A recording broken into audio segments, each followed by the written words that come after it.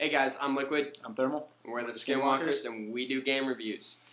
First off today, we are reviewing The Force Unleashed 2, which came out on October 26th of 2010.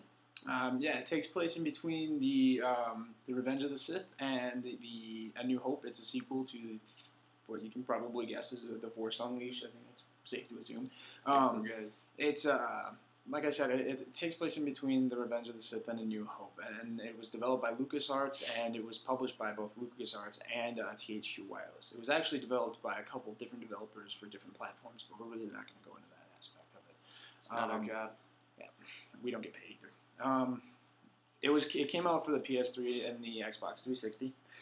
It's got the same voice actors as the first game, which is Sam Witwer is for Starkiller, Matt Stallone is Vader, and so on and so on. You know, what I really like about the game is that it takes a lot of what was good about the first game, which is that it was fun, it was new. I mean, The Force Unleashed was the fastest selling Star Wars game of all time. So I mean, it was really that it was new, it was innovative, and don't get me wrong, this is really a sequel type game. It carries with it a lot of the same aspects from the first one, better textures and graphics, but you know you can still tell they're using the same basic engine for it. It does a lot with the simplified Force and lightsaber streamlining. It's a lot easier to upgrade your Force powers in this game as compared to the other one. There's a lot less menu hunting for it. Lightsaber is kind of in a weird spot, but again, it's a lot easier than the video that it actually does add abilities to your lightsabers. So, and you can carry two of them. So you have one that's like focus, which gives you bonus towards your Force power regeneration, or you get one that's actually just called regeneration, which regenerates your health. It's pretty cool on each hit or each kill. So I mean, it really adds those cool new things. There's some good things about it. Basically, it again adds like melee type stuff to it, which the first one really didn't have much of. It tries to break through the repetitiveness of the first one, and it does a decent job of it. I mean, it does pretty good in breaking that repetitiveness. It's a lot of fun to play. I mean, it is a Star Wars hack and slash, and anytime that you are a Jedi and you're just going around hacking and slashing people, it's well, that's really it. You're just force pushing people off buildings and stuff like that. Yeah. It really, that's all it is. And you have a new ability, which is the mind trick, Jedi mind trick, where you can actually, as you saw from the video, I was able to get two guys to just start fighting each other, and then they jumped off the bridge for some reason. That's so awesome. Yeah, it's a lot of fun. It wasn't in the first one, but it was a new addition to this particular game. They do offer some kind of something for like replay value. I wasn't really into it. We didn't spend too much time with them. The challenges, which offer some different achievements and trophies, if you were, to the game.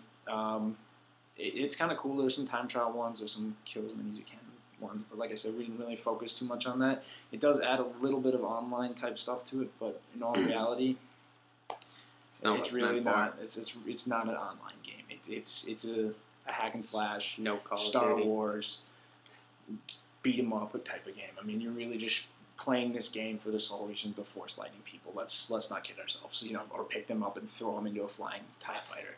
Or throw a TIE fighter at them. That's also another thing. That's another thing I was just You'll see in the video. Is the new abilities and stuff like that, like Force choke and all that kind of stuff. The new melee scenes are pretty cool.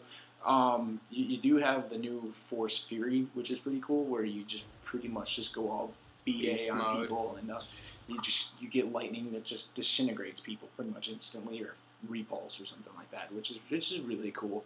The lightsaber throws and all that kind of stuff, they're all back. All the Force powers are making their, save the Force choke, are making their comeback into this game. It's short, it's not too long. It's only actually about 7 hours, and we beat it in a pretty quick amount of time.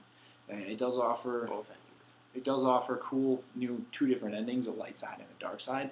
But it kind of just throws it in there. So it's two completely different endings to it, which are actually really cool. Like I said, the graphics were updated, so the cutscenes look actually pretty cool.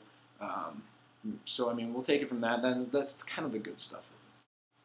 Okay, we covered the good side with Thermal. Now, I, Liquid, am here to give you the bad side. Unfortunately, I'm always the bad guy. No one likes That's debatable. Anyways, we're going into the dark side of the game, the bad side. Bad thing number one is that it felt a little glitchy at parts. Not constantly, not the whole game, but they enough to get annoying, I guess is the best way to put it. You'll be fighting somebody and just stop, and they'll just whoop on you, or you'll get stuck on something while you're running. It just happens sometimes, and you'll be able to find that in just about any game, but it was enough for me to want to put this in here. Other than that, there is the invulnerable during the jump lightning. Basically what you do is you do the double jump, AA, and then Y, and just lightning people. Now, by invulnerable, I mean you just about nothing can hurt you. Okay, so you're jumping up and you're just shooting that lightning down, and during that point in time, you can't get hurt. We noticed that a lot when we fought the first boss, which is the Gorog, just a big monstrous thing. Basically, when he swipes his hand across, if you were to double jump in lightning, he'll miss you, and you will just destroy him. And again, you know, I mean, the purpose of avoiding the hand swipe is you have to double jump, but we're talking at a point where you're really close to him, to where you shouldn't be able to double jump and get away with it. But the point is that you're doing the double jump, you stay in the air, and you're using the lightning. I understand that's part of the game, but at that point, you know, it's kind of like his collision detection for the upper part of his arm just was missing, because it would just slide right through. And a gamer side, that's actually really nice, because it allows you to don't get hurt. It allows you to not die, and you will die during the boss fight. But you will. In that aspect, you know, it's something that you look at the game and it kind of looks like, well, I just spent this much money on a game that's not really complete. So I mean, there's that aspect of it. You know, there's two sides of the story. Moving on, Thermal already covered short story mode. Very short, 7-8 hours you're looking at on normal. Now hard, you might bump it up maybe an hour or two. But we played it on normal. We played it both times through, dark side, good side. And to me, short story really has a big thing to do with it. It's not a first-person shooter like Call of Duty, where if the story's short, who cares? I'm in it for the online play anyways. But it kind of bugged me. I'm the RPG guy, but even for me, the short story was a bit too short. I understand it's action adventure; it's not really an RPG. But at that point, you know, the first game had quite a bit longer. It was about 10 or 11 hours worth of gameplay, which is about that's still pretty short. But it's still, for the amount that you got out of it and what you paid for, it's still a really short game. It didn't really feel like there was much to explore. It's really a linear game, which is what it's supposed to be, but it's to the point where it kind of feels like more of an expansion than anything. Well, yeah, exactly. But now we have Force Choke. What happened to it? Force Choke was awesome. Just choking some dude out, lifting him up in the air. Nothing better. Loved it. That and lightning, can't go wrong. They took it out. Of course, like he mentioned earlier, you have a bunch of other things you can do now, but really miss Force Choke. Instead, what they did is they really upped your what did they call it? Force grip. They upped your force grip a lot. Like literally, you'll see in the video, or if you watch the preview, 3 guys at a time and just throw them. Yeah, or TIE fighters are flying at you, and you're just going, nope. Which is cool, but again, Force Choke, I love it, and I'm kind of upset that they took it out. So I'll mark that down as a bad. Next off, the repetitive moves. Okay, as a gamer, it's cool. You have especially kids and noobs and stuff like that. You have them going around just same button mashing. You know, same button, just doing the melee over and over. Works in this game.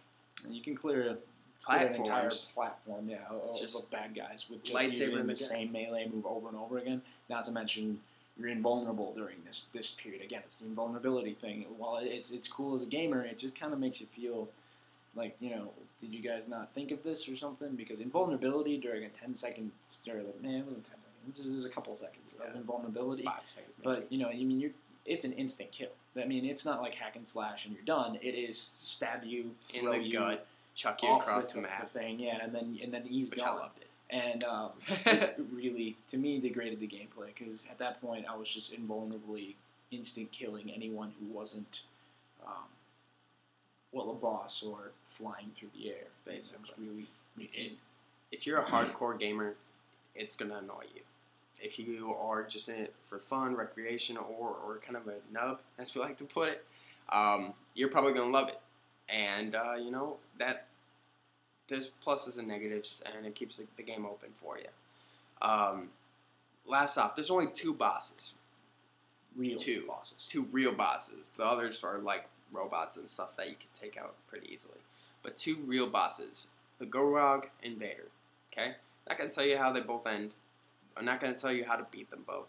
But it's repetitive. It's very repetitive, especially against the Gorog, and it just gets really annoying. Now, the part with Vader, I was disappointed. I am a fan of the dark side. I love the Sith. Sith are the people to be, in my perspective. And making Vader like they did in this game was a disappointment. I kind of feel like they clipped his wings on this one because he's supposed to be slow, but not. He's really slow. And it just, you don't see the same. You don't see the awesome power that the one who restores balance to the Force is supposed to have. I mean, he really felt he's the man. I mean, the boss battle was really block, wait, repulse, and then get him off his feet. That's really how it goes for like at least the first bar of his health. Again, we're not going to tell you how to beat him or anything like that because at that point, you'll know when you play it. It's really easy. But he just was gimped. It was pretty sad. So same with the Gorog. I mean, that was just 10 minutes. Something this huge thing, and it's just repetitive. It's not worth it. We are going with a 7 out of 10 on the scale, and so it's worth picking up, playing. I suggest rent it. If you get it cheap, play it, rent it. If your buddy's got it or something like that, get it off of him. Go out and rent it or something along those lines. But is it worth the buy? If you're a hardcore Star Wars fan, then yeah, it's certainly worth it to know the storyline that goes with it. Are you going to be missing anything? Maybe when Force Unleashed 3 comes out, if they're planning on another one. Which they did leave it pretty open. They did. And I mean, it could be something that comes out. But honestly, if you're expecting anything miraculous out of this game, then it's a good thing you checked out the review first because honestly, it's not worth the buy. It's worth a rent. It's worth a borrow. If you like it, buy it at that point. But don't waste your money on it to begin with. Okay, so quick overview: 7 out of 10. Rent, don't buy. We already returned it, and hope you enjoyed the review. Have a good one. Good one, guys.